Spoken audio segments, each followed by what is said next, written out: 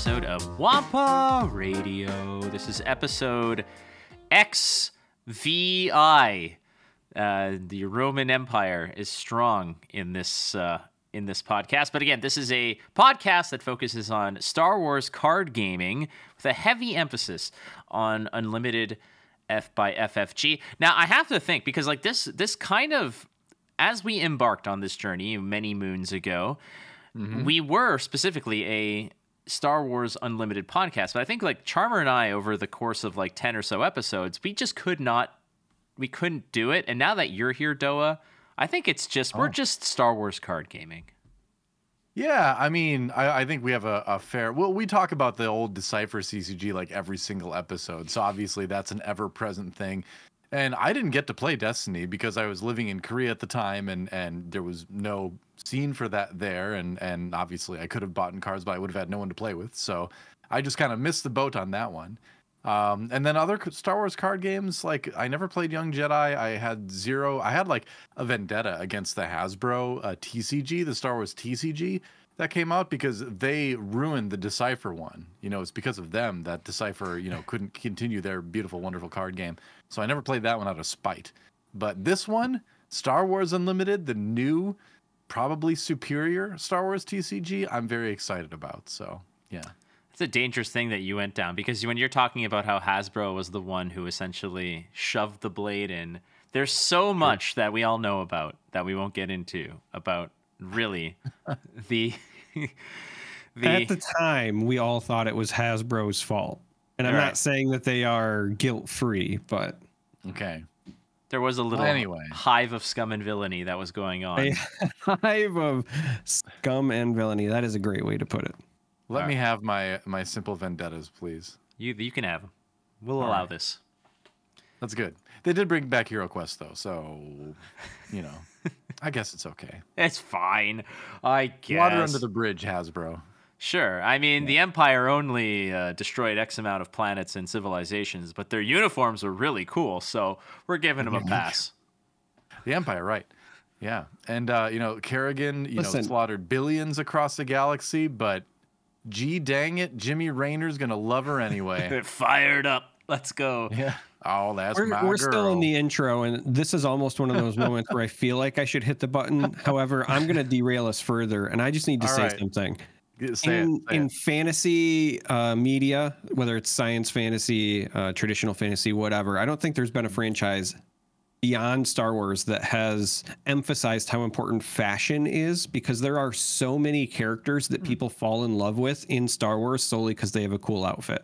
Like when you think about how dumb Boba Fett really is objectively, and if you're a big Boba Fett fan, I'm sorry, but like when you think about him from a cool character, you think about what he does, he has like almost no lines in the original trilogy, and he like does the weird rocket thing in the background. He doesn't do anything cool. Like, let's be honest, not that impressive in the original trilogy, but cool outfit and sold a lot of toys, and thus just a fan favorite. And he's not the only one. Like, let's be honest, Star Wars has so many characters that we have fallen in love with because they had a great wardrobe. And so I know that we're still in the intro, but I just needed, when you said something about that, I was like, yeah, we have to talk about this. Charmer, this is... You have no idea how happy you've made me. For years, I've been saying the same thing. Boba Fett is set dressing that got wildly out of control. Like, he does all the things you just said. He's really not that cool of a character. He's just known for disintegrating people, which he doesn't get to do. And then he just falls in the Sarlacc pit. It's like he's accidentally killed. Well, I guess he wasn't killed because Book of Boba Fett, but he should have stayed in there. But I digress. Thank you so much for being another Boba Fett denier. The Mandalorian is so much cooler than Boba Fett. Come on.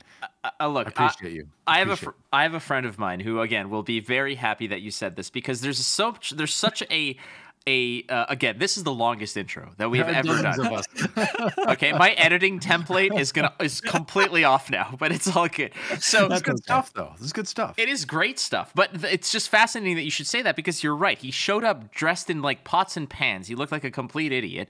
Then he does the whole like Keystone Cops move of like then he smashes into the side of it, and then he like Greg Louganis dives into the mouth of a Sarlacc pit like a complete buffoon, and somehow he had this cult following all the way from like the 80s up until now. What the hell? And when Book of Boba Fett was announced, or when he made his reappearance in The Mandalorian season 2, it was incredible because he showed up, he beat the piss out of a whole bunch of stormtroopers, he used the rocket on his back, he used that little aiming thing, he looked like a complete badass. And then he was like, no, but we have to make sure that, there's a transit system in this scummy town, and I have to make sure that everybody has a pension. And it's like, who are you? And then I'm going to destroy the city anyway with my pet Rancor. That show was bad aside from the 2 Mandalorian. Yeah, it's as bad as the original Boba Fett, so it's fitting. Yeah, I was hoping that Book of Boba Fett would just be like 6 episodes of us watching him be slowly digested by the Sarlacc. But, maybe next time. We can always do a remake, I guess. But. I want to be clear. I'm not immune to this either. I'll be honest. Before I saw episode 7, I was all in on the Captain Phasma train because that was some cool ass stormtrooper armor. Shiny the full trooper. Chrome outfit. I was like, all right, this is my Everybody Boba Fett. This is the moment. Cold foil stormtroopers. Yeah. Yeah, everybody likes the foil version. Yeah. But then speaking of characters, they didn't really get to do anything. Right. Great actor as well, playing her. Oh. But she just kind of, her name escapes me, but she played Brienne of Tarth. Gwendolyn Christie. Yes, Gwendolyn Christie. Yeah, great actor, but she just didn't get to do much. But then again, that whole storyline, they were just like, the Finn stuff, the Phasma stuff. It's like, just kind of end it, I guess. There were you're getting me started on the sequels. That's again. what I'm saying. Do this. Do this. That is like a whole. We should have like an addendum episode. Like every week, we should honestly just get together and just beef out a whole bunch of stuff that we're mad about. Of which the sequels will probably be a lot of it, because you're right. Phasma came out like a bat out of hell as a really cool character, like the Boba Fett of the sequel trilogy, and then the same fate, just fell into a hole. Like maybe she's fine. Who knows? Maybe we'll have Book of Phasma. She will be. She's not being digested. She will be. Totally okay. She was not burned alive at all. I still stand by that Mace Windu's not dead. I also agree. Anything that you don't look, it's the same kind of cinematic trope. Anyone dead? That's is anyone dead these days in the Star Wars movies? I mean, they even say, no one's really gone in the sequels. It's like, but the thing is, a lot of times for a narrative to be good, people need to go. Yeah. Like there needs to be absolutely. real consequence to things. So the only reason I stand by my Mace Windu weird theory is that in those prequels, you also have Yoda says the line, or somebody says the line about Yoda. Sorry, Palpatine says the line about Yoda after he's left. If there's no body, he's still alive. And we never saw the body of Mace. And the fact that we've also never seen him like re-show up as a Force ghost tells me, dude, still out there somewhere. Like in my mind, I feel he would have been ripe for making more Force ghost cameos. And I'll tell you, after Secret Invasion, I would much rather see Sam Jackson come back as Mace Windu than ever see him again as Nick Fury, because that show was terrible. And here's the beauty, because we already know from Secret Invasion that he is willing to romance aliens. He's perfect for coming back to Star Wars. And what alien species would you have Mace Windu hook up with? I'm just curious. Twi'lek, hands down, Twi'lek. That's the easy answer. Of course, that's fine. It's easy for a reason. If he's not mouth to mouth in a Mon Calamari, like I don't with the gills going, like I could. We don't have to even break apart. We just breathe through our gills. It's a trap. Oh God! All right. Speaking of which, look, like to answer your question, Doa, like, are we ever really dead? Yes, inside, all three of us apparently. So we are old, crusty, jaded. You want to know what's really Wars dead? This intro. Yes. We should revive it. We should resuscitate. Greatest. Okay, so I'll read my line now. On the show, we dig into the headlines, strategies, and discussion points that you want to hear about in the Star Wars card gaming world. Perfection. Thank you for reading that verbatim. You're welcome. Yeah. Today's episode will reveal the anatomy of a SWU pack and discuss what this potentially means for pricing and other aspects of the game. First, however, we have the Wampa Cave Pull of the Week.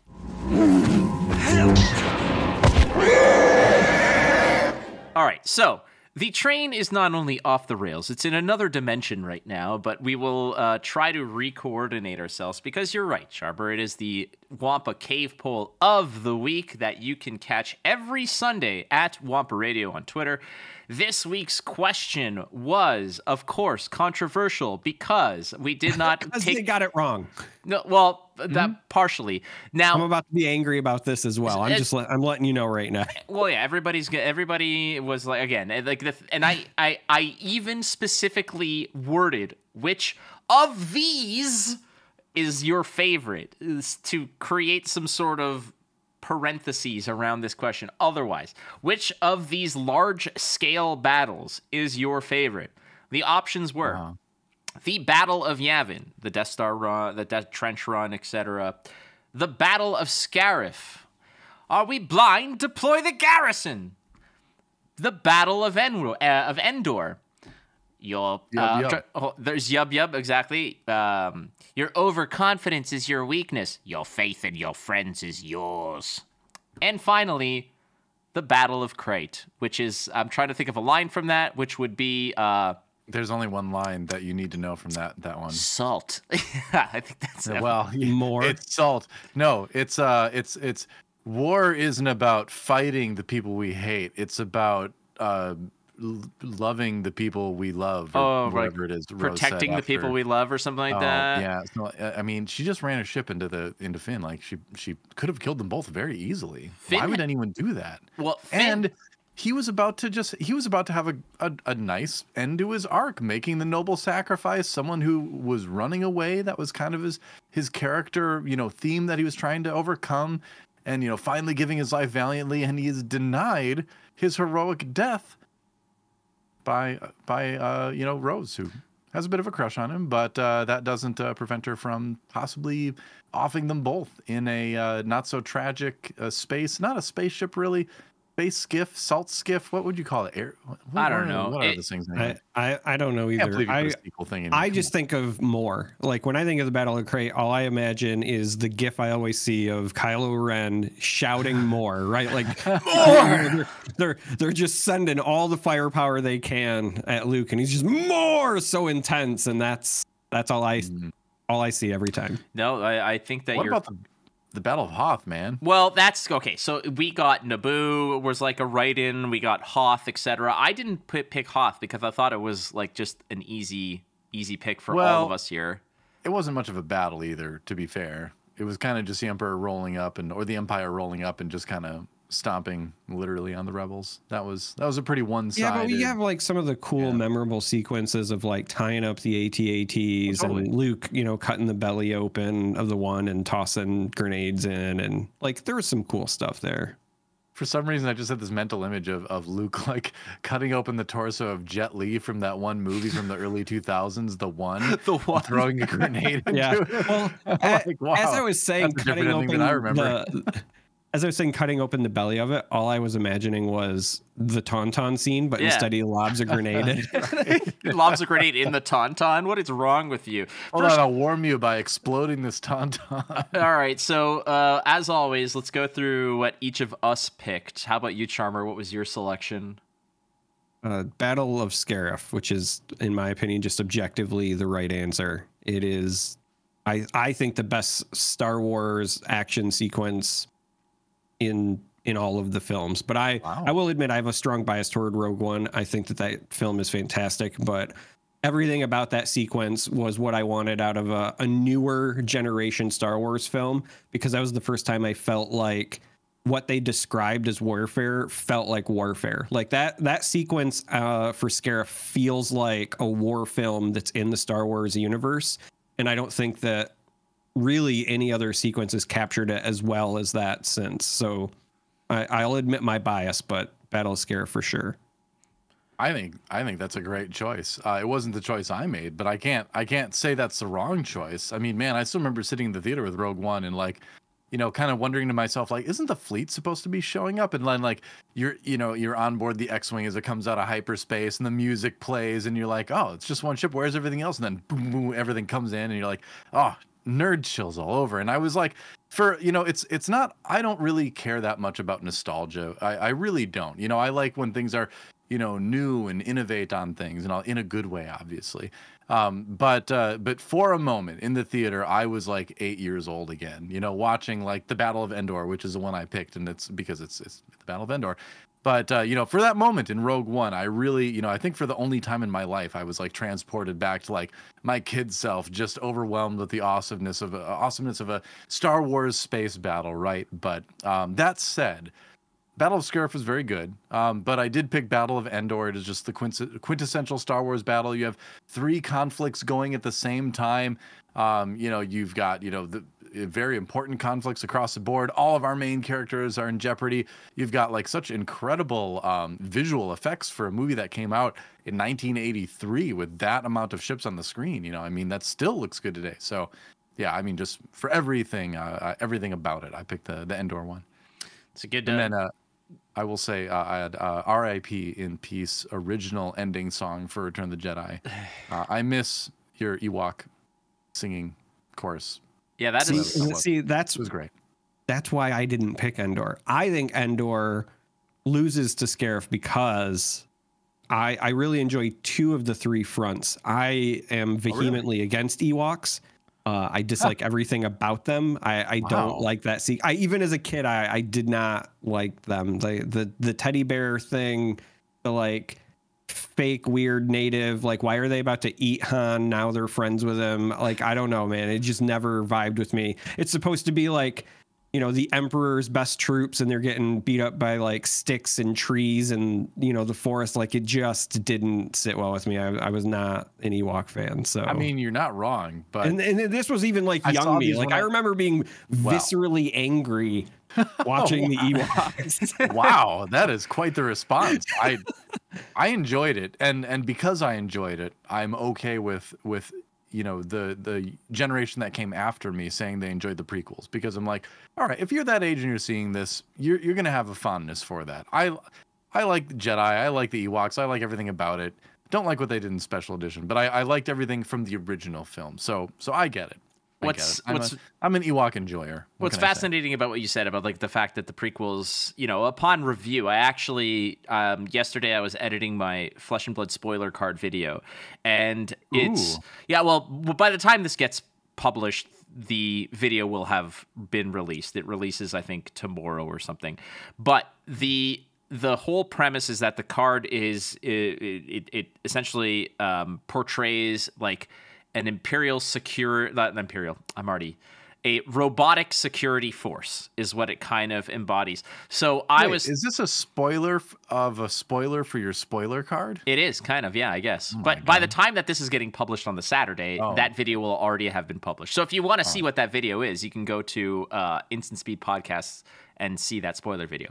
But what I did was I took some cool music and I put in scenes and clips of an imposing robotic security force. So obviously there was like K2SO stuff, but part of it that I put in there was the Battle of Naboo, where the Trade Federation landing ships were sort of, they were unpacking all the battle droids, and they were all just going like, and they started marching in unison. And I was like, that is such an imposing thing. I can see why this, upon review,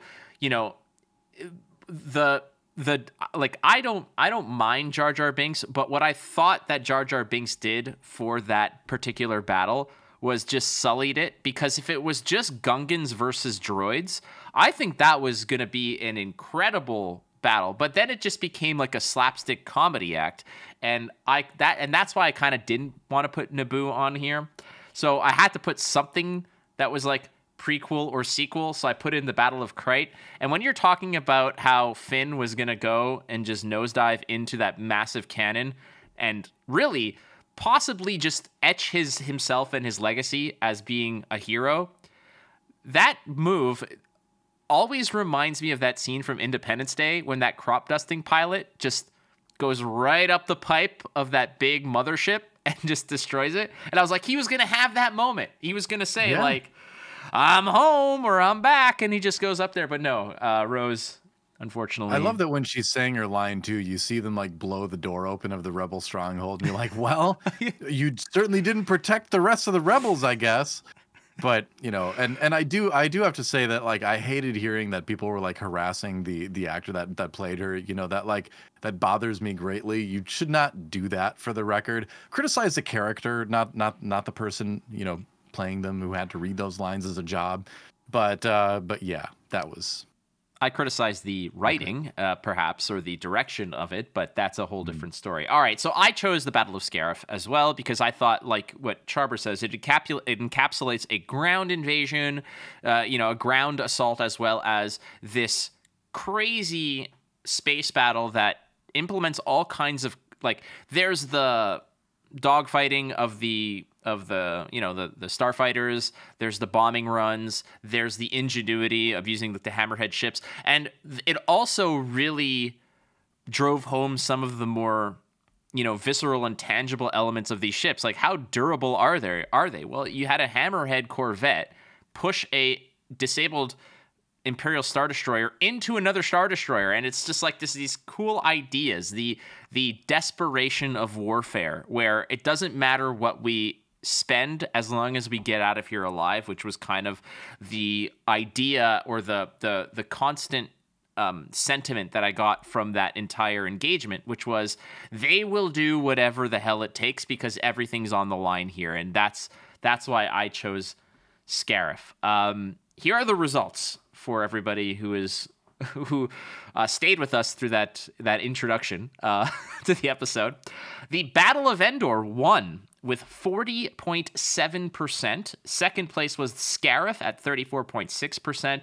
The Battle of Yavin, surprisingly, is only a third place option, but I think they're all great, which is a testament to great storytelling, but at 19.8%. Crate, whoever voted for Crate, well, congratulations. That's brave of you. I think there was like 2 or 3 of you. 4.9% is where that lands. I would be curious where Hoth would show up on here. It was just Adam Driver. More votes. More votes. Let me ask you both this: if Hoth was on here, would you vote for Hoth?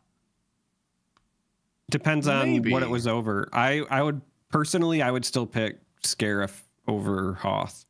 But for me, like I said, Scarif, more than any other sequence in Star Wars, felt like an actual battle, like a traditional war movie feel, but in the Star Wars universe, which is, you know, something that I always wanted, and I felt like it was lacking. We always see things through the eyes of the Jedi, and I get it. Like, they're part of, like, the Star Wars mythos, you know, but it felt nice to have an entire sequence where it's not about the person with the lightsaber for a change, right? It's the grunts and the ground troops and the pilots and the spies, right? And that, I don't know, it's very unique to me as far as an experience. And so it's hard for me to not pick that as my favorite, even if Hoth is there, and I loved Hoth.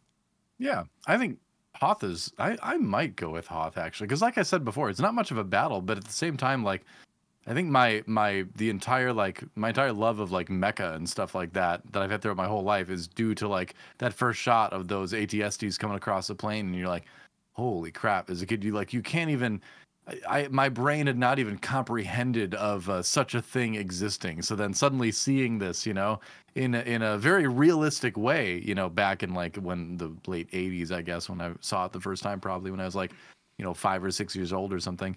Like, yeah, that had, like, a permanent effect on me and, like, what media I was interested in. So I might go with Hoth just for the effect it had on me, but I think Endor is still the better battle objectively.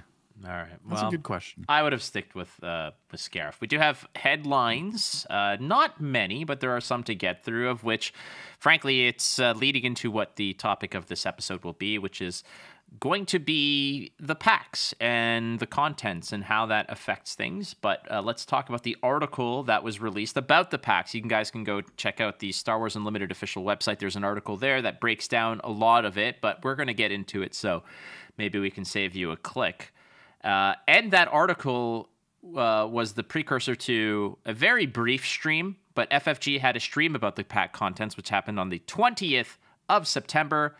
It was done by Josh Massey, the Organized Play program manager, Danny Schaefer, who I'm going to put up a picture of him that I screenshotted because he was looking deep into the camera lens like he was about to chew your soul up.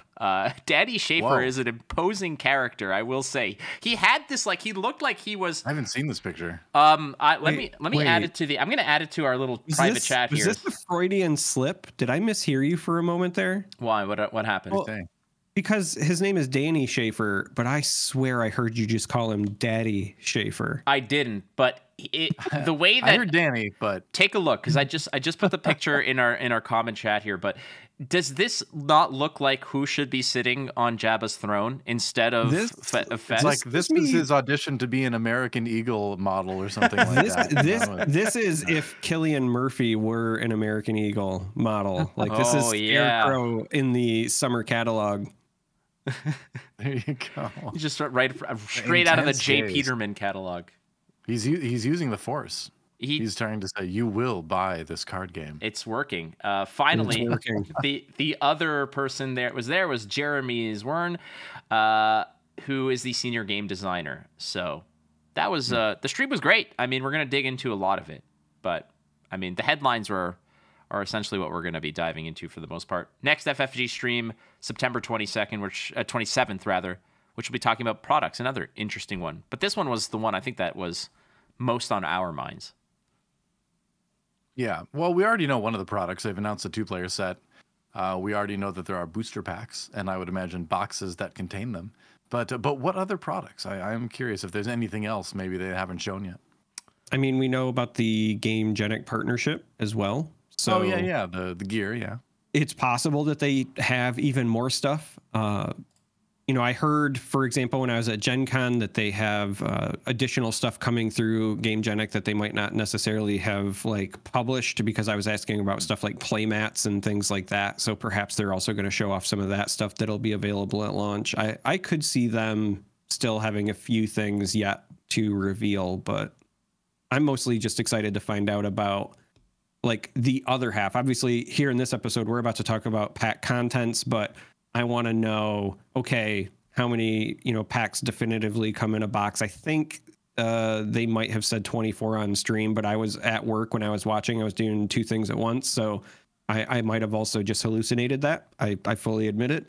But even still, like, how many boxes in a case, et cetera, because I want to know how bad my wallet is going to be suffering. Very, very much is my. I would will be suffering. Yeah. I would suspect it's 24 in a box, mainly because that's the magic number for sealed, and it's the magic number for draft pods and such. Yeah. So that's got to be, in my opinion, unless they have a different idea of how they want to do sealed and draft. Maybe it is like a, I don't know, 36 or whatever. But I don't know. Whatever. I'm not a doctor. That's not my business. Let's get into the delicious stuff, which is card spoilers. Yeah. And Charm3r, you got a double dose of essentially your favorite character. So we'll let you kick it off and end it. Is that fair? Is that what you want to do? Sabine! We finally got Sabine Wren, a leader. So as of recording this, we had not yet discussed the leader card for Sabine Wren. This is the Heroism Aggression leader. She has a fantastic action that you can do once per turn, which is you deal 1 damage to each base. And I love the kind of recklessness that this promotes, the kind of feel that this card, generates, because you're just saying, I want to be aggressive, even if it's at my own detriment. The entire point is I'm going to burn everything down, right? I'm bringing the explosives, and if I get, caught in the collateral, so be it. Now, The epic action is when you have 4 or more resources, in which case, obviously, she becomes the leader unit. So this is a 4-cost unit with a 2/5 stat line. Is a Mandalorian rebel. Also has the Spectre tag, which is important, and we'll talk about why a little bit later. But on attack, then deals 1 damage to each enemy base.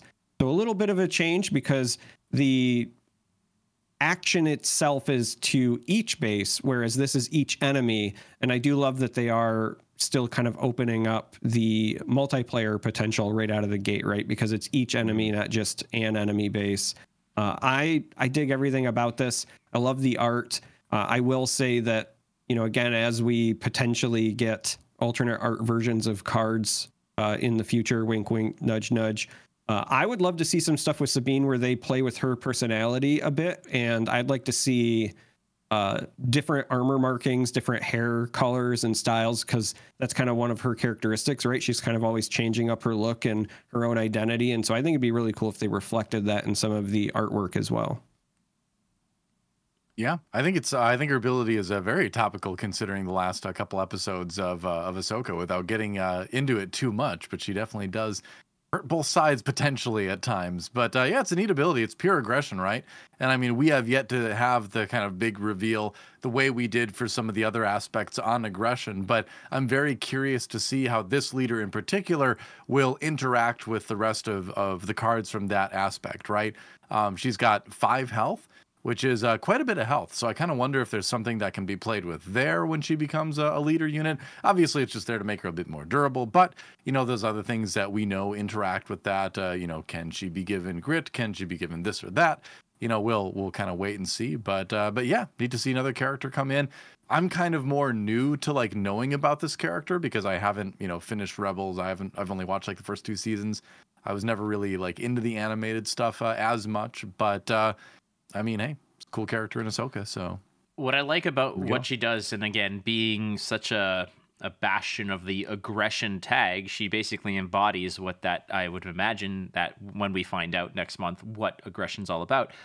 But the fact that the base itself, like the fact that you can just go right out of the gate and say, oh, actually, we're starting at 29 health, or we're starting at 24 health, or whatever, and then every turn, you're basically shaving the game clock by a little bit on both sides. And that's perfectly fine, because if you're playing an aggression list, if you're playing aggro, oftentimes aggro will falter when your opponent, be it mid-range, control, whatever, can eventually stabilize when they can put their bigger things that may cost more onto the board. And oftentimes aggro will not cross the finish line, but they'll come damn close. They'll be like, oh man, if I only had 3 or 4 extra damage that I could have found somewhere, if we didn't start at 30 health, if we started at 25 health, I would have got there. That's kind of what she's trying to do here, is every turn, we're just going to tick one, and get closer to an end game, which these aggression lists will be better suited to get to faster than what a mid-range deck might do or a control deck might do. Yeah, I wonder if there's something out there that's like, you know, when you damage a base or an enemy base, do X. I wonder if there's cards out like that might interact with it in a way. I'm looking through the other heroism cards right now, too, just to see what else is out there. And the interesting thing about heroism being sort of like the rebel aspect, quote unquote, is that there's just a little bit of everything in there. There's a decent amount of buffing. There's a decent amount of like plus stuff and experience tokens flying around. But there's also just like a little bit of everything. A little bit of saboteur, a little bit of ambush, which is kind of rebel-esque, right? I mean, they've kind of cobbled together a winning solution from a lot of different things. So I do like that. So she'll have options to, you know, play in a few different ways, it seems like. But again, I think we got to really wait and see what aggression has for us before we really kind of understand how this, you know, leader sort of fits into the grand scheme of things in the set. But we did get a leader, and that's exciting. We also got a brand new upgrade. I like the upgrades. In my opinion, I think that they're the coolest of the cards for the most part. But this is a 2-cost command upgrade. It's called Hardpoint Heavy Blaster. It provides +2 on attack, +2 on the body. It is a modification, a weapon, and it's attached to a vehicle unit. Attached unit gains On attack, if this unit isn't attacking a base, you may deal 2 damage to a unit in the defender's arena. So if you're attacking a unit, this thing could just come out guns blazing and snipe something to the left of it, snipe something to the right. It kind of just peppers it. It could also just do an additional 2 damage to whatever you're attacking, right? So I really like this card. I think that the 1 aspect 2 cost of it and the stat buff along with the game text is very above rate. But then again, we're saying this a lot. Maybe everything is just really tuned. I mean, like we're coming from so many card games where paying 2 for a +2/+2 with like this kind of ability is really, really dang good. But if everything's like that, it's one of those, the same kind of concept of if everything's OP, then nothing's OP. So I guess in the uncommon slot, this might be what you get for an uncommon upgrade. But I'm thinking of this from a limited perspective. This is going to be a highly coveted draftable card. And in constructed, maybe. I mean, if you're playing vehicles, I can definitely see that this is something you'd want to include. Oh yeah, I mean, it does seem very good for an uncommon. I was thinking kind of that thing too, and I like the idea of doing damage to something else, something other than what you're attacking. But Charm3r, you brought up a really good point when we were discussing this just in our chat a couple days ago, that you were saying that you saw it as a way to sort of like pop shields before the damage from whatever it's on comes in, right? Yeah, you can use it to pop shields. The other very nice bit here is that it's on attack is when you deal the 2 damage, and the on attack part will resolve before they enter combat, essentially. So you can also use this to attack into units that just naturally have low health and clean them up, and then it will kind of give this pseudo first strike, right? So they might have something that, it was a bigger unit to start, but it's down to 2 health, right? Maybe it was, an 8/8, it's taken 6 damage. You can use this on a small vehicle, but then attack into it or attack a different unit. But even if it's the only one, you can attack into it, and it's going to be a one-way trade as well.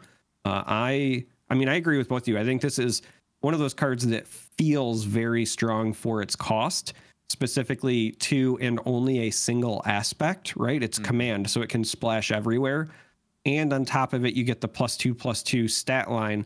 And on top of that, you get the on attack. But there are some limiting factors, right? You do have to attach it to a vehicle. So in limited, are you going to have a bunch of vehicles in your sealed pool? Will you draft enough to make this worth it? Or do you have to draft the vehicles first and hope this, runs it back to you, that sort of thing? The other things to consider is it is only the arena that the defender is in, right? So we've already seen some cards that I think you'll want to put an emphasis on in this game where they can be in one arena and still impact the other, right? Vader, for the starter decks, is a great example. He can deal his 2 damage to the space arena if needed. This is limited to whichever one you deploy it in. So there's going to be those moments where, you might only have vehicles in space, but you also might already have control of space, right? So this will still be worth getting the extra damage on a base potentially. You get that +2 attack, but the full value might get lost. So there's actually a fair amount of nuance to this card, but it does feel incredibly strong in a vacuum for sure. I'm kind of when I look at that, I kind of see a lot of power in the space arena for it, actually, especially when it comes to the starfighters, right? The X-Wings, your ties that we've seen and all that kind of stuff. This can one shot or near one shot a lot of smaller ships. So I think it's got, that potential too, where you just put it in the space arena and you start taking out multiple things theoretically and get some air dominance early on that way. That said, if you're playing with some of the bigger things, the Star Destroyers, the AT-ATs, even the AT-STs are a bit more on the pricey side, then this is going to come out at a point in the game where it's going to need to be a good card to be worth being played too. So I think it's got that kind of dual aspect, for lack of a better term, to it, in that, it can be very good early on, I think, in a space way when you're pinging a lot of little things there, from just based on the cards we've seen revealed so far. But it's also good enough that it'll still be playable late game when you've got some of that bigger stuff out there. It's interesting. I was going to say, it's just interesting to evaluate cards like upgrades, because it might be a one aspect card and you might think that that's quite liberating in terms of playing it. But at the same time, when you have to attach it to a specific type of unit, that kind of counts almost as like a second aspect. But yeah, it's tax. Yeah. Yeah. All right. Next one, Doa. Wait. Oh, yeah. Quick question. Quiz for both of you. What are we looking at here? What is the vehicle that this is naturally attached to? ATST. I think so. That's what that's what it looks like to me. Do you agree? Disagree? Charm3r? I mean, I feel confident saying that. It looks that was my first thought, was it looked like an ATST. The only thing now is, Eric's got me second guessing myself, but no, it's an ATST. I agree completely. I think it is. Yeah. All right. Well, you're the Boba Fett of this podcast. I'm just whoa. We're not gonna say that about our friends. Wow, I would never harsh, say that. Man. That's harsh. Telling your friend you want to have them slowly digested by a he did sand animal over 1,000. But I didn't. That's true. All right. Next one. Anyway, moving on to a vigilance heroism character. It's Kanan Jarrus, revealed Jedi. Cost 4. He's a 4/5 Force Jedi Rebel Spectre. So hits all the Rebels TV show stuff because he is one of the main characters, at least in the first part of the Rebels show anyway. On attack, you may discard 1 card from the defending player's deck for each friendly Spectre unit. Heal 1 damage from your base for each different aspect among discarded cards. Now, that is interesting. He is an uncommon as well, which again, this seems like a fairly strong uncommon. But if you're going to get the full value from him, you're going to need to be leaning into a Spectre deck, I would imagine, because and Spectre for that's the name of kind of like the crew from Rebels, basically, if I've got that right. So yeah, Sabine, Hera, Ezra, Chopper. Obviously we've seen Sabine. You'd imagine those other characters are out there because they're part of it, right? Who else? Would you include anyone else in there? Zeb, I guess, would be another one. Yeah. And there may be more. I don't know. I haven't finished Hondo yet, but I don't know. I don't know who that is, but or I've forgotten or whatever. The pirate, the wonderful pirate. Yeah, the pirate who's the most annoying. Yeah. Who has a great voice actor, by the way. Oh, he does. Fantastic out of my memory, though. I forced him out of my memory, though.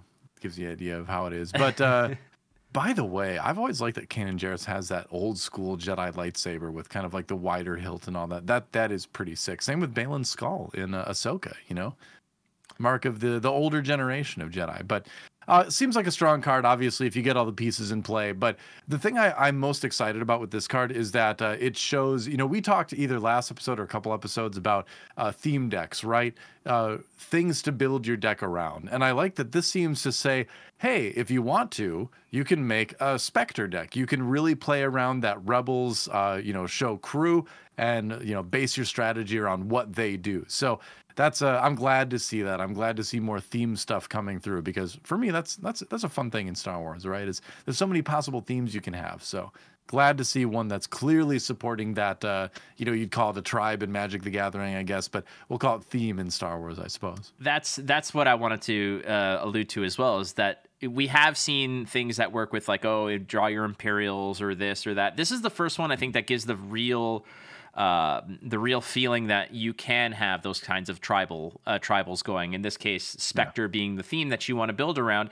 And what's notable about this card too is you're thinking, well, what if I just have what if I draft this or I don't have any other Spectres?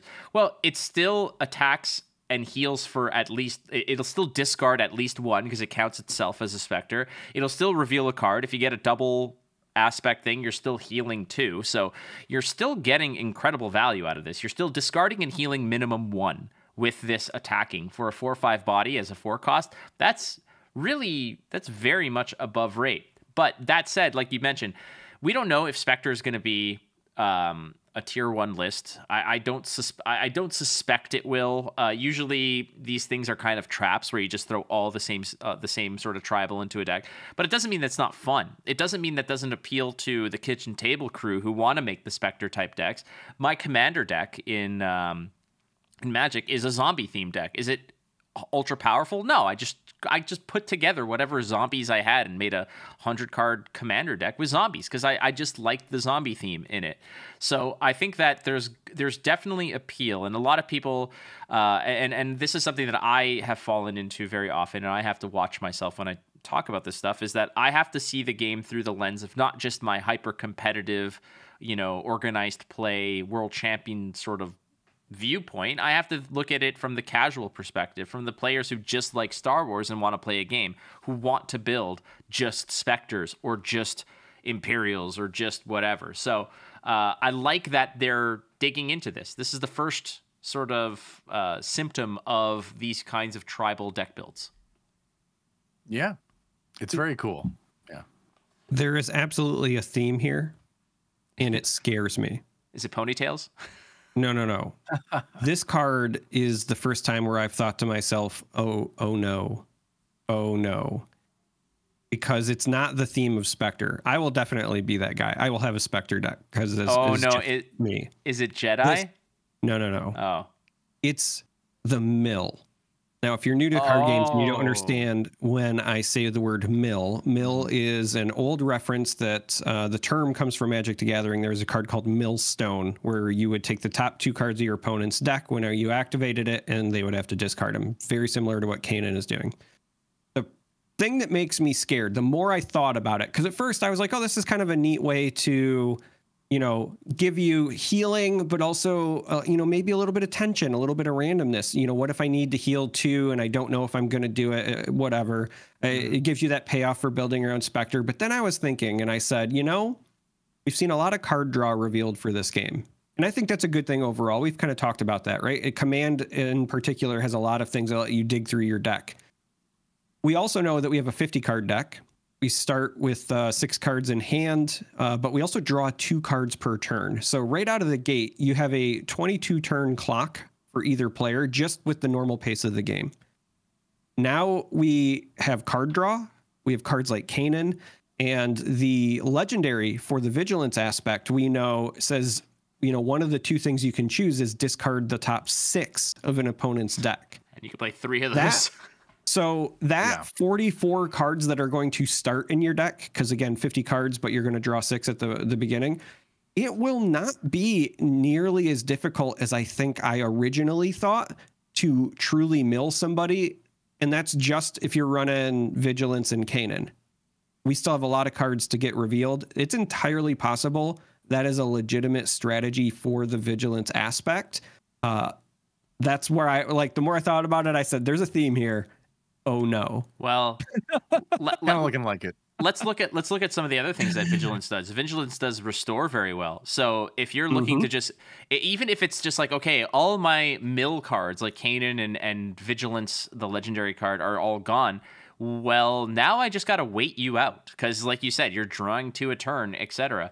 So I tend to agree. I'm now on the train that we haven't seen Cunning in the focal point. We haven't seen cards that shuffle cards back into your deck. So if mill has a viable strategy and the games are going to be so hyperactive in terms of card draw, etc., and they're smaller deck sizes, there's got to be some sort of contingency plan. There's got to be a silver bullet to this, and maybe it's something like Cunning that will allow you to recover some cards out of the graveyard and recycle them back to maybe or be a little bit more resilient towards these types of mill decks. Now, I will say, I do like the design of Kanan specifically for the mill archetype, and I suspect if we do get more cards, they will be similar to him and less like Vigilance. I think there's a reason that Vigilance itself is a legendary. The reason that I like it is because at the end of the day, you are still board centric, right? You're still playing a unit and his thing triggers on attack. So you're playing a unit and you're getting into the fray to advance your win condition.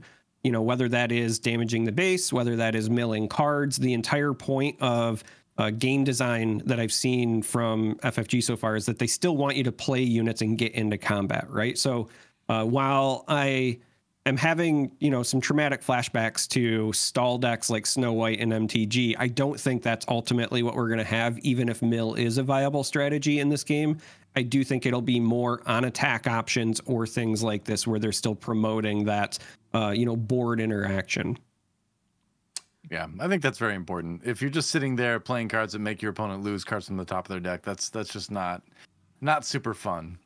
So hopefully we do have, like you were saying, more of a leaning towards, having to do something first, a qualifier that lets you mill rather than just kind of like play a card, you mill. I don't think that there's any other archetype out there that makes players want to not play a game than mill. Every game I've ever played that had a mill strategy, it was, be it Cold Light Oracle in Hearthstone with Rogue, bouncing that back and forth and drawing cards with Bran, would be it Nilfgaard and Gwent and mill in that game, Magic, etc. It always is the most infuriating because it feels like you're just helpless, like you're not actually playing the game, Oh yeah, yep. I was gonna say control decks for me. It's when it's just like whenever I was in a situation like play a card, I'll counter that. Like play this card, I'll counter that. I'm that is my least favorite way to, because you're not even playing at that point. You're just like spending resources and then watching your cards not happen. So please, none of that too. I just saw the meta breakdown for the upcoming Magic World Championships, and the amount of Esper midrange and Esper control I saw, I'm like, people are going to be pissed. Yeah. It's the reason I only play Commander now, but I digress. So the last card, which is my favorite character of all time, so I'm sorry, I'm just joking. Go ahead, Charmer. Sabine!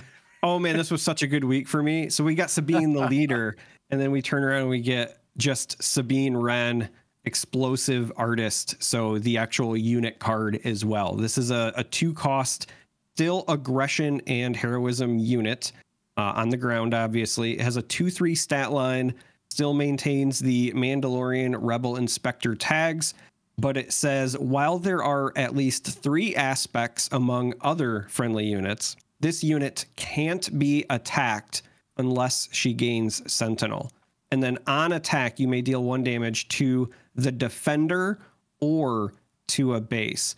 And I adore that like little nuance. I really, really do, because this actually calls back to what we were just talking about with the hardpoint blaster, right?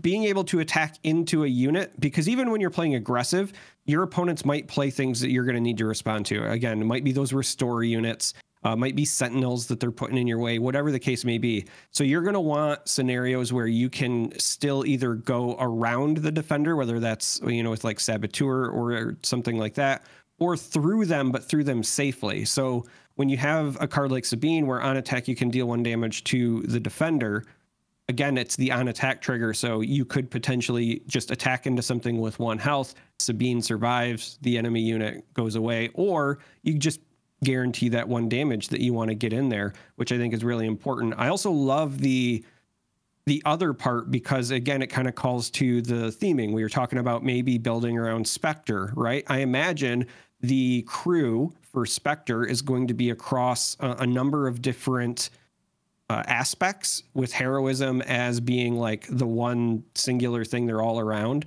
We've already seen Kanan, obviously heroism, vigilance. This is heroism, aggression. Would not shock me if we get, a heroism cunning Hera, for example, or something like that. So I think you're going to want to build your Spectre squad, if you will, around, the 3 aspects, as opposed to going maybe 2 into something like with a straight vigilance deck, like we were kind of just talking about.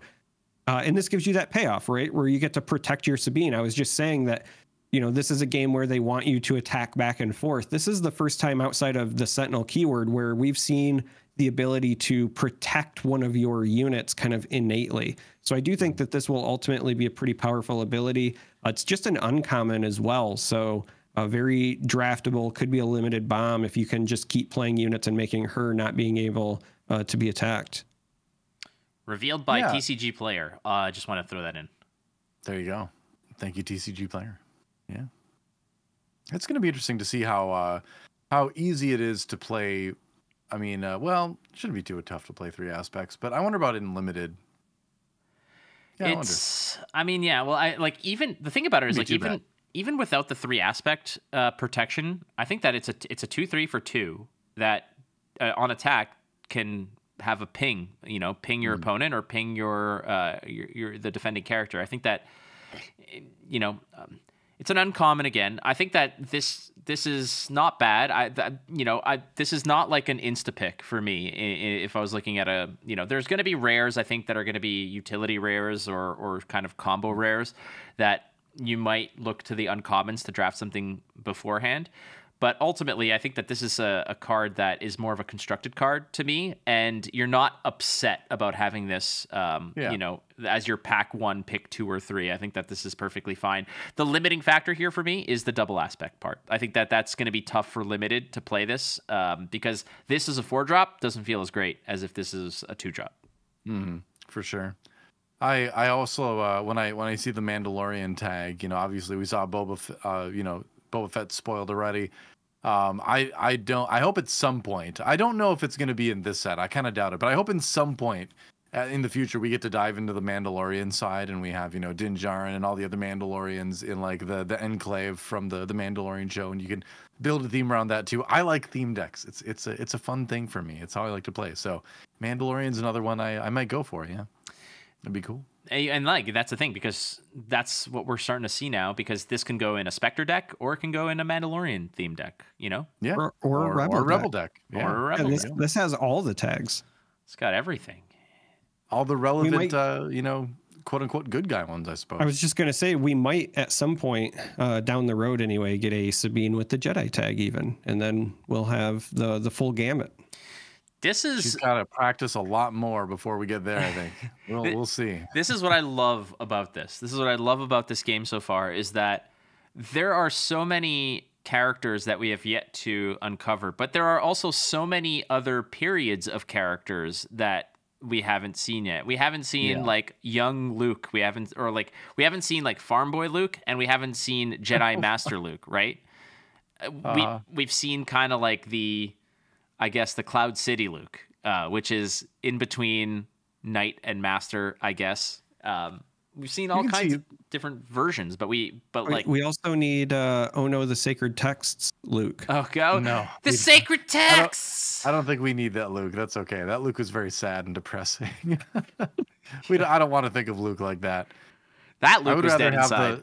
I would rather have the Luke that was in like 5 minutes of the Kenobi show, where his job was to just kind of hang out, and Obi-Wan walks up to him and says, "Hello there," and that's it. That's good writing. That's Oscar material right there, or Emmy material. I guess it's TV show. We don't know anymore. It all blends together. Yep. All right. So the main topic of this episode was going to be certain things that FFG should avoid in order to ensure a successful game. But this, I think, warrants a little bit of further discussion, because the pack breakdown is more so than just statistics and drop rates, etc. It actually alludes to a lot more, and the information that we got from that stream was very helpful. So the first things first is let's break down what is in a pack. And I think it's 16 cards, I believe. 16 cards, that's right, yeah. Who wants to break this down? 16 cards. I will take this because there is one piece that I also want to mention, and I was trying to ask during the stream, and unfortunately Xander said we're not ready to talk about that yet, so I want to mention it here. The pack breakdown, 16 cards, 1 rare or legendary, so that occupies the slot, right? It's either a rare card or it can kind of like upscale to a legendary. 3 uncommons, 9 commons. Now, if you are doing math, that is only 13 of the 16 so far. So the last 3 slots are a leader, a base, and then a foil slot. And the foil can be of any rarity. Now, the base and the leader slots, they did say, part of the reason they were including those in each of the packs is for limited reasons, right? You've got to have bases and leaders to play the game. So, of course, we want to make sure packs always have that in it.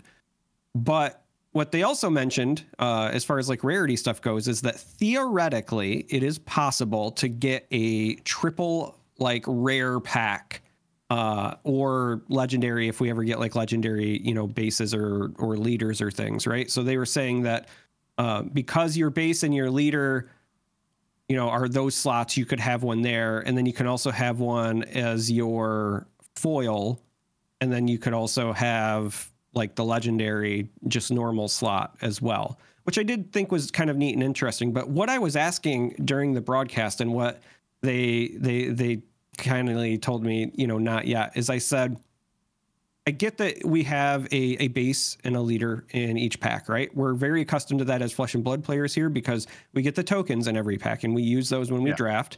So what I wanted to know is, because we already know for a fact there are rare bases, what I wanted to know is, during draft, are we expected to draft our leaders and bases? Are we opening the packs and we keep the leaders and bases and then we draft the rest of the pack?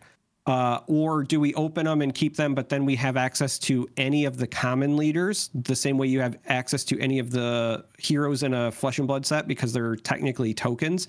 I wanted to know for limited in general, right, whether you were stuck playing with what you opened or not, but also with the case of draft, right? Are we required to draft them? Because if you are, what happens if I just never pick a base? You know what I mean? So those were some of the questions I had. And he said, we're not quite ready to talk about that. And I wanted to get what your guys' opinions were on that. For me, what I'm hoping for personally is that when you open your packs, you take your leader and your base out, you keep those, and then we draft the rest. The reason for that being, I don't want scenarios where you're required to draft it because you might have somebody who, for lack of a better term, just suicide bombs your draft. They're like, hey, I'm not going to win, but I'm going to take every base that comes in front of me and somebody will go without as a result. Like, the other reason that I hope that you get to, open and then keep those things, and we'll talk about this in a little bit, but some of the chase cards, because they did reveal stuff we're now looking for in the anatomy of a pack, are in those slots as well, right? And so the last thing you want to do is like open something really, really cool and then, you're forced to pick that as opposed to the rest of your draft, et cetera. So I personally hope that the model they go with is you open your pack, you get to keep the leader in the base. That's like your pool or whatever, and then you draft the rest. But I wanted to know what you guys had as far as opinions, since we don't know yet. Well, boy, I mean, I've said before, I'm not like a huge limited fan, so I feel like I'm not the greatest person to share an opinion on this, just because I haven't been a huge, player of those types of formats in any of the card games really that I've played. But if I were to play it, which I'm sure I will for this, maybe this will be the game that finally gets me to love limited. But like, I'm kind of on the side of what you were saying, where it's like, you keep your base and your leader, and you kind of play off that. I think that would be the simplest way to do it. I wonder if you would run into situations where it pigeonholes you too much into picking certain cards, and so it kind of takes away the idea of a draft altogether. I would worry about that scenario happening if that were the case. I like the idea as well, as if maybe everybody throws their leaders and bases into sort of a community pile like you do with your tokens in Flesh and Blood, and then you can play any of the common leaders. If you happen to open a not common leader or not common base, then you make the choice. Do you keep it or do you pass it on? And if it's like if it's a common leader but it's a chase version of it, then you just get to keep it because that's just that's just good sportsmanship, I think. So I was gonna say, you could have different caveats with that too. Well, so the downside on if you put all the common leaders into like a community pile and then you only keep or pass or whatever the rares, you'll have uneven pack distributions as far as the picks go, right? Because, if you've got a pot of 8 and 2 people opened a rare base, for example, then you're going to have 2 packs that are bigger than the rest in that scenario. But I also have the same fear that you do, right? And I was wondering if one of you guys was going to call that out, which is if you are required to play with just the ones that you've opened, especially with draft, then it might pigeonhole your draft, right? Like what happens if you have 3 packs, but you open the same common leader for all 3, right? Like it's like you're just playing a worse version of Sealed at that point, because you might not get all the cards for your leaders, and then what do you do? This is and this is going to be a challenge again that I'm glad that I'm not the one who has to make the decisions, but that I had the exact same thought as you, Charm3r, because the first thing that comes to mind is Okay, you just you keep the tokens. It's like in Flesh and Blood, you keep the cold foil. The cold foil is an undraftable slot if you do manage to open it, but it's like a 1 in per box kind of situation. This isn't the case. This is a 1 per pack. In my opinion, if you force if you force the players to keep the leader in the base, then like you said, this then influences your decisions on how you're drafting. I like to go into a draft wherein I don't know what I'm going to do for the first, I don't know what I'm playing for the first 5, 6, 7 picks until I have to sort of eventually hone down into a certain degree. That's at least from a Flesh and Blood standpoint, because I know that at the end of the day, I can choose whatever leaders and whatever token leaders and token weapons are available to me. They're granted. You can have them. They're free, right? In this case, you know, you're damned if you do and you're damned if you don't, because if you open the packs and, like you said, you open 3 Leias and 3 of the same bases, well, shoot, okay, your decision's kind of made. You're going to be drafting alongside those aspects. But on the other side, if you're passing them along and somebody wants to be a complete dick, then they're going to just draft all the leaders because they think it's hilarious.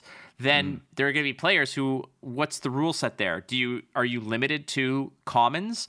You know, it's very... Yeah, fascinating. So one of the other things that they did talk about on the stream was that the backside of the bases all have a token on it, right? It's either like a shield token, an experience token, whatever. So because of that, what I'm leaning toward, and this is what I hope, is that when you open the pack, you do get to keep your leaders and bases, because how else would you pass them, right? You'd have to do the Flesh and Blood thing where you have to put them like in the pack when you open a 2-sided card. Because they're both 2-sided. The leaders are guaranteed 2-sided. The bases are guaranteed 2-sided. So that already makes it awkward. But what I think would be an interesting proposition would be you always have the choice from any common leader and any common base. And if you open a rare or whatever, what if they're just not draft like legal? Well, what then if you're they kind of balanced taking away the game? Part of the game, though. Well, sure, but like, what if they balanced the game around the fact that like the rare leaders aren't meant for limited anyway? I would suspect that I think that the common bases, maybe the rare slot can be a base. You know, it doesn't have to be in the quote unquote base slot. I think that there's tokens, and then like think about it this way from a Flesh and Blood perspective. If you open a pack of Monarch and you get like a Dread Scythe, it's a Majestic. It's draftable. It's not a token weapon. It passes around. There are going to be players who want it and players who don't want it, and ultimately it's going to fall on if there's a rare base that you open in pack 3, but it's not within your aspect range, you might pass it along and you might keep the tokens out of there. Look, again, we're going to all figure this out eventually. Well, I think I solved it. All right, here's my answer for it. Is that you keep your bases and leaders, but there is also like an additional stockpile that the store has of all the common bases and leaders. So you still have access to all the common stuff, but if you open something rare, you get to play that too if you want to. If nothing else, you get to keep it. Yeah. That because we know there's going to be one in every pack, so we know that like I can't imagine a store that wouldn't have a surplus of this kind of stuff. Plus, I mean, if it's just tokens anyway, essentially, then you know. Fantasy Flight can just send packs out to stores of this stuff to support limited formats, and you're not sending anything super rare out the door, right? So to me, after thinking about it while you're both talking about it, that seems like the answer to me is you keep your leaders and bases, but there's also a community, just a store pool of stuff to use on the common side. That's what Flesh and Blood does. Like anything that's token related, you just go up to the counter and say, I need a Dorinthia and I need her Dawnblade. And it's like, cool, no problem. And oftentimes, like, I mean, what happens is at a draft, everybody tosses all their tokens in the center, and then it's like once everybody's deck's done, everybody's like fishes through them. It's like, hey, who anybody here have an extra Kodachi? Anyone here have a romping club or whatever? Like you usually don't even need to use anything from the store in that situation. There's usually enough tokens to Plus, do that. The amount of times I've used a cracked bauble as like to represent my weapon is just understood by the players, saying like, hey, this is an Anathos. We didn't have a token for it. People are like, who cares? We know what it does. That's my suspicion.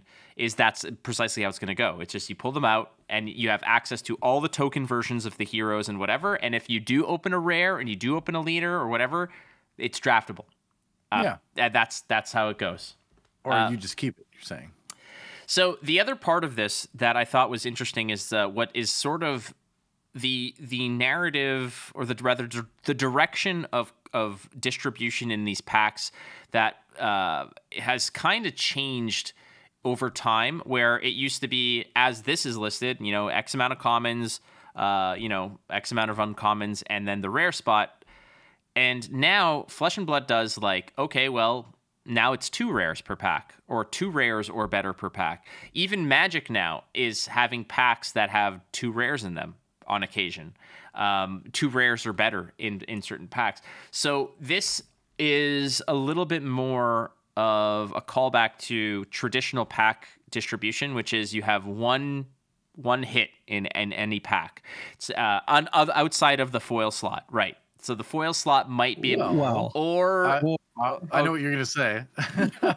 Okay. There are hyperspace cards, so theoretically any slot can be a chase version of that card, which I'm sure you'll put it up on the screen for the people watching. But they're very cool, actually. I was very interested to see what they were gonna do for the chase card alternate art visual things, and I really like what they're doing. Kind of borderless, but having this cool sort of hyperspace effect that sort of creates some action around the center of your cards. So I like it. I think this is a very elegant way to do the borderless stuff.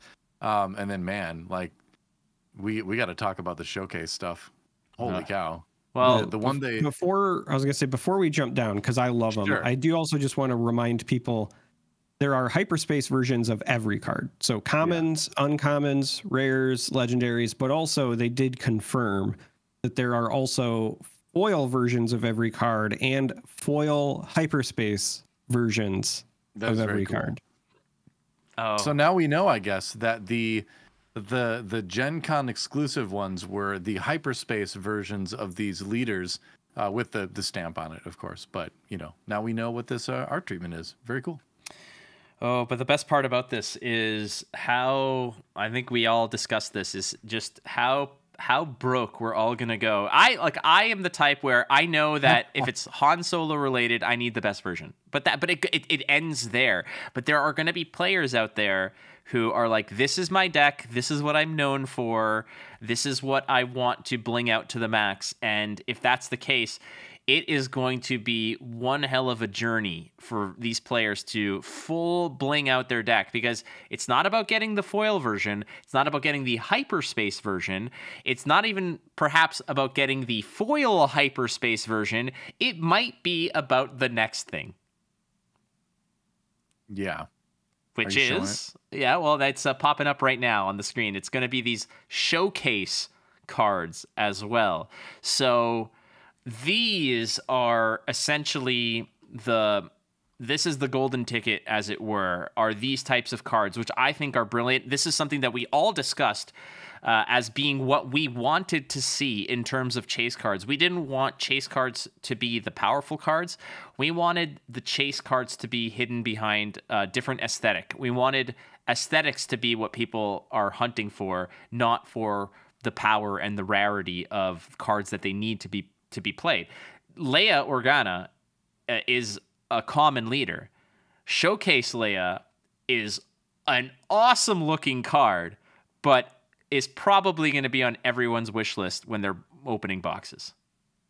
Yeah, and one in 12 boxes will have a showcase card. So that is pretty slim, right? But I like it. I love chase stuff like this because doesn't stop anyone from playing Leia if they want to play competitively, right? They can get that common leader card.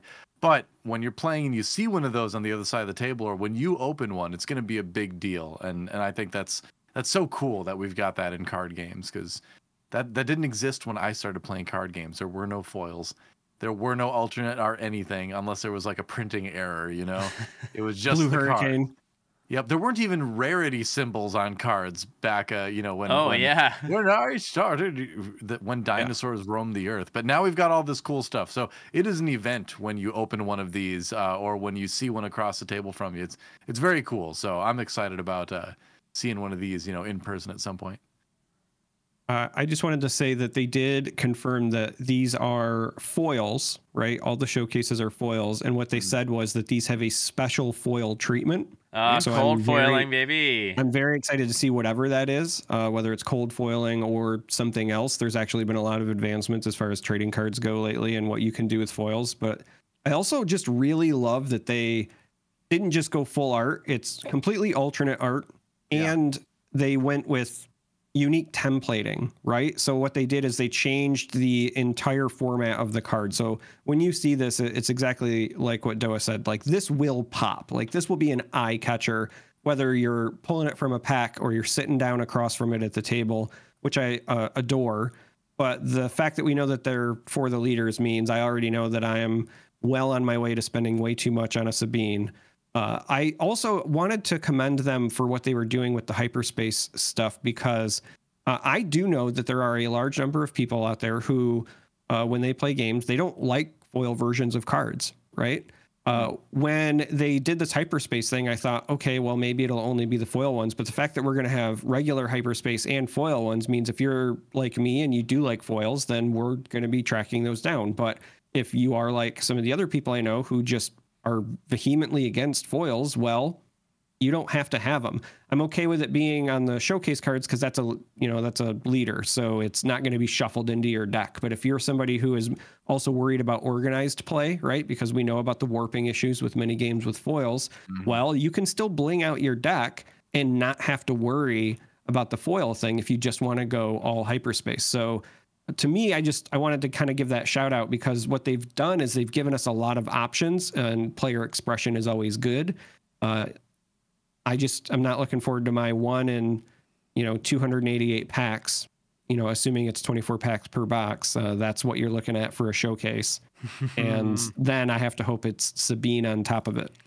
Well, that's the issue, right? It's like, it's not just about the 1 in 12 boxes. It's of how many other options that you might pick. And you're right about the hyperspace aspect, because people who might wonder, like, well, how can you not want foils? Well, from a competitive perspective, it's a liability, because foils, that's the other question here, is what is the card stock? Will it bend? Yeah. Will it Pringle? And just to give people an idea of what happened, I think there was an event that happened in, I think it was Toronto. It was like a regional Magic event that our friends at Harry Tarantula here in Toronto, like Dave Rude and them, they played a match and it was sealed. So basically, they showed up to the tournament, they opened 6 packs, and they made a deck out of those 6 packs. There was a player playing against, I think it was Team Harry Tarantula. One of the players got a game loss because the judge said that he had a marked card. And the marked card was a foil that had already begun bending and already begun curling. Can you believe that? That the dude showed up and was playing for it was a high enough stakes because Harry Tarantula, I think, went undefeated. So it was late into the day. So they were playing a pretty high stakes game against them. And one of the dudes got a game loss because the card out of the pack was already quote unquote considered marked. So it's a concern for me, but also the fact that you can just say, you know what, screw foils, hyperspace cards are how I'm going to bling out my deck. That is a very clever alternative for what you said, Charmer, is player expression, which is a term that I don't think I've ever used in terms of card gaming, but it makes a lot of sense. Yeah, I don't really have anything to add to that. I think you two pretty much covered it. I'm thrilled with the art side of the game in terms of the card treatment. I didn't really know what to expect, but it exceeded my expectations. So yeah. I think it's great. I'm looking forward to seeing how some of this stuff looks in hand, I mean, that's the thing is you always have to wait and see how does a card look in my hand when I'm holding it. But at least, at the very least, the showcase stuff is going to look pretty awesome, I think. And we're wrapping this up with just the statistical elements to the packs and the drop rates and such, so that Charmer can basically figure out precisely how much money he's going to be spending on finding that showcase Sabine.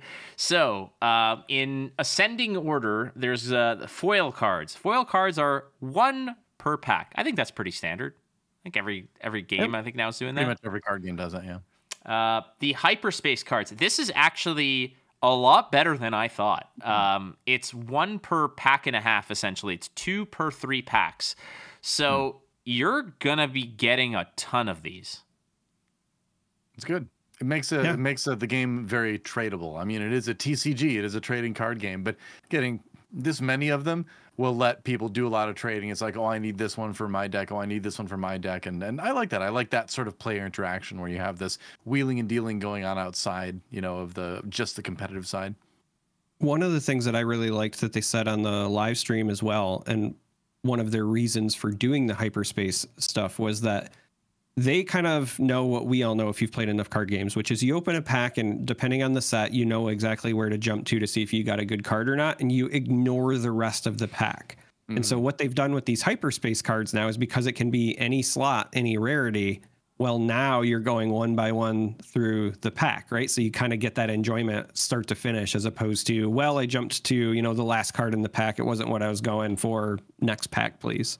Yeah.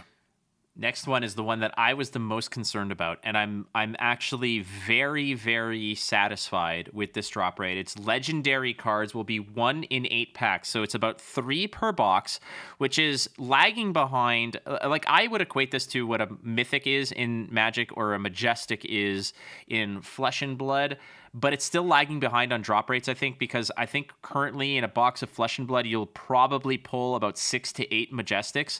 So you're only getting 3 per box of these legendaries. But again, in comparison to Magic, you only need to play 3. And we shall see how price essentially equates into what this drop rate is. But I was afraid that legendaries were 1 per box, in which case that was going to be a colossal mistake. I do wish that these were more 1 in 6 packs. I wish it was 4 per box. But that's kind of where we're at. They might change it down the road. We'll see how this happens. Yeah. But I think that this is okay. We also don't know how many total there will be, right? If we're talking about, 10, 15 total legends in the first set, then is that as bad as, where Flesh and Blood, you'll have 40 majestics in a set sometimes, which you need 3 of, right? So I think that's going to be a big part of it for me, is like, we don't know how many legendary cards will be in this first set. And while 3 per box doesn't seem that great, as you said, right, you only need 3 of any legendary for a deck, and the decks are also only 50 cards. So I think we're ultimately going to land in a pretty similar spot as far as acquisition, but we don't know how many there are total. That was my biggest. That still remains one of my biggest criticisms about Flesh and Blood product, is that, and I said this, and I said it right to Brian Gottlieb, who's their senior game designer. I said, I'm like, Dusk Till Dawn has something like, what is it, like 30 something majestics in it. Like, that's borderline unreasonable, given the fact that, like, it just seems. But you're right. If there's. See, I thought that was way too low, Flake. Dusk Till Dawn, according to the Flesh and Blood website, has 56 majestics. All right, well then I was completely way off. Really? Yeah. Okay. Yeah. I was wondering lately, because I was like, I feel like I'm just not getting a lot of play sets of majestics, and like, okay. So that explains it. If it's 1 in 8 packs, I mean, let's say you get 1 per aspects, that's 6. I would imagine that you're going to get probably another 2 per aspect, that maybe some of them are shared. So maybe, I don't know, what are you getting here? Like, is 24 to 32? That's math. Yeah, I don't want to do the math, but it's math. I don't do math. Just keep it, dude. Like, just keep it within, like, under like in the 20-ish range, I think is digestible. But again, that's just me. 1 in 15 packs if you want a hyperspace rare or legendary. So you're getting like what here? 6 per case, 6 to 8 per case. That's just it. We don't know how many boxes are in a case. All right. Right. Is it 4 boxes per case like Flesh and Blood, or is it like 12 per case like a Bandai card game? It could be, because we're getting to the bottom, and that had me raising some questions, because that showcase rate, as we said earlier already, is exactly 1 in 12 boxes. So is that no? So that means a case is going to be 12? I don't know. I'm just pointing out, that could be like a Fable in Flesh and Blood, right? It might be once every 3 cases, or it could be one a case if it's a 12-box case. We don't know, but that did cross my mind. I was like, yeah, we don't know how big the orders are going to be. We do know that Flake will never open one. Oh, you son of a bitch. Will never open a showcase rare in his entire life. He's saving all of his energy for this. He'll never open a Fable on Flesh and Blood. Oh, okay. He's going to open, like day one, he's going to open 3 showcases. That's a much more glass half full view of it. I like that. There is a hero out there who is out there fighting for me, who has said, listen, your odds have doubled because whether you open the hyperspace Han or I open it, I will send it to you because that somebody has gone on the record as saying that, and I don't want to out them for their generosity so that they don't get hounded by everyone else, but it is out there. So I am there's twice my odds have gone from 0 to slightly better than 0. So we're getting there.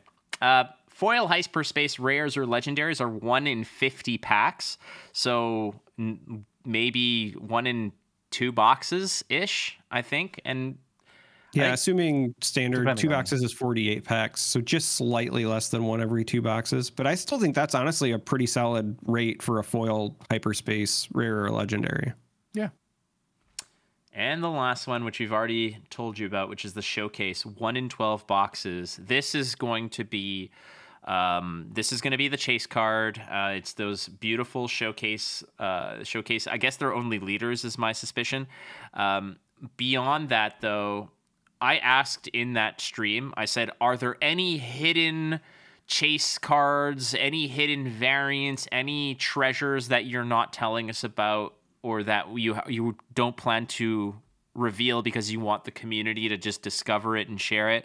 And they said no, that this showcases essentially the top tier of what they'll be. There's nothing beyond legendary in terms of rarity, and from what I understand, showcase is the most rare of items that you can open. There's no one of one gold encrusted Luke's lightsaber thing or anything like that. Yeah, there's no D23 promo. There you go. Oh boy. All right. So let's just wrap this up real quick. In your final assessment, how would you evaluate this pack breakdown? How are you liking what you're getting out of a pack? I'm a sucker for opening packs already, and I'm trying not to be because I'm trying to be more frugal because I'm having to buy a lot of diapers now. Having a 3-month-old man just goes through a lot of diapers. What can I wanted to make sure people knew it was for my baby and not like for me or something. I wanted to specify that. Anyway, my point is that I'm excited about this because just the fact that you can get a hyperspace card with any slot in the pack, like it's going to be really fun to open the packs, and I'm sure I'm going to open a lot of them. My daughter may never go to college, but at least she'll have a lot of cool Star Wars cards to inherit someday. She'll be rich from all the showcase cards that you open. They are like these evil geniuses. I'm going to put this picture up again of Danny Schaefer and his maniacal stare, because in that big brain of his, I'm sure he was like, let's put that chase card in any slot so that they can just open all the packs. And it's like, that's, I guess it like from a marketing standpoint, I mean, you got me. I don't buy Flesh and Blood anymore. I usually just play in events and get cards that way. But holy Moses, this is something that I'm going to be, I'm going to squirrel away all my monies because I want to just sit in my apartment watching Star Wars, ripping packs. Or the other option is, we all get together and we have a big box opening party for the 50,000 cases that Charm3r's going to buy, looking for. All right. So here's my train of thought, because I love everything they've done as far as the distribution goes. I think that they have hit the right balance of collectability and also accessibility. And I really like the hyperspace stuff because, like I said, when they said, we want you to care about every slot in the pack, I think this is a great step forward. And it also doesn't mean that they're going to stop here, right? We might see more iterations on this stuff in future sets, but I like what I've seen so far. So we need to make sure when the stuff finally comes out that we have our emergency, we're off the rails button. That's right. So we're going to need packs for that. I absolutely agree. We need to get together and do like a box opening party, maybe also some booster drafts or sealeds or something. We can stream it, put it up on YouTube, the whole shebang. So we need to do that. I also think that, we should, I don't know whether it's to start a Patreon or I don't know, a GoFundMe, but we need to get Doa a surplus of packs, and then he should be allowed to open one every time he changes a diaper, right? Because he's doing the right thing. He's being a good father, and then he needs a little treat, right? Treat yourself. So you change a diaper and then you open a pack. I think you deserve it. Well, thanks. I appreciate that. That means a lot. Having a happy baby and a clean diaper it's his own reward, but opening packs is nice too. I'll take it. Yeah. My son loves this game. He played it so much at Gen Con. He is dying for this. You know what I just realized is going to happen? 100%. This is what's going to happen.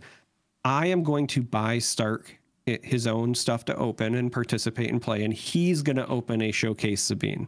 Mm-hmm. He's not going to trade it to you either. No, he won't. No, he would not. Yeah. He absolutely would not. This is I accepted that this is what's going to happen to me. Well, it's not going to be me, so who cares? That's where we're at. But my kid's too young for a few sets at least, so I'm safe there for a while. As long as one of us opens it. So the one thing that we did miss is that, and this is on me, I forgot to pick the winner for the giveaway of the Young Jedi pack. We'll do that for next episode. That's on me. And what I'll do is that winner. What? We also forgot something else. What? While we don't know what it does, when they did the pack stuff on the stream, we know there's Thrawn key art. Oh, right. Yeah. I mean, they wouldn't put him on the boosters if he wasn't in the set, you'd imagine. I'm surprised they didn't use my version. Again, but your version? Oh, yeah, you weren't there for that. When Charm3r and I were creating our custom cards, I did one. I'm gonna drop it in the chat so you can see how absolutely delicious this I'm sad I missed this. Oh gosh, you are sad you missed it, because this is just graphic design is his passion. And I'm not gonna get my Watto card for a while, I guess, huh? Oh man, where is this? This was a while ago. My goodness, was this episode? Show's getting longer and longer. It was 4, I think. It was very early. I'm trying to find where we created our own nonsense, but it was definitely a while ago. It was either 4 or 6. Well, send it to me later. Yeah. Either way, the artwork that we put together was cobbled together, to say the least. Nonetheless, it was. Oh, here it is. Okay, it's in the chat. That is my version of Thrawn as my custom card. So I'm a little bit upset that they didn't. This should be the showcase, frankly, of Grand Admiral Thrawn, heir to the Empire. But that is beautiful. Thank you. All right. So on that note, I'm going to ask you this question, Charm3r. When you open all 4 of your cases and you did not open that Sabine, but you look at Stark and that one pack that he found behind the couch, and he looks at you after he opens it with this big grin on his face, what do you say? I know I'm supposed to say I have a bad feeling about this, but I say you're disowned. You need to find a foster family. No, I'm just kidding. I would say I have a bad feeling about this. I got a bad feeling about this. I have a bad feeling about this. I've got a bad feeling about it. Quiet. Both seem appropriate to me. I mean, yeah, Uncle Flake will always take him in. Stark's a good boy, and he'll bring me the Sabine. That's where... Frozen in carbonite. Yeah. Bring me the Sabine. Bring Sabine to me.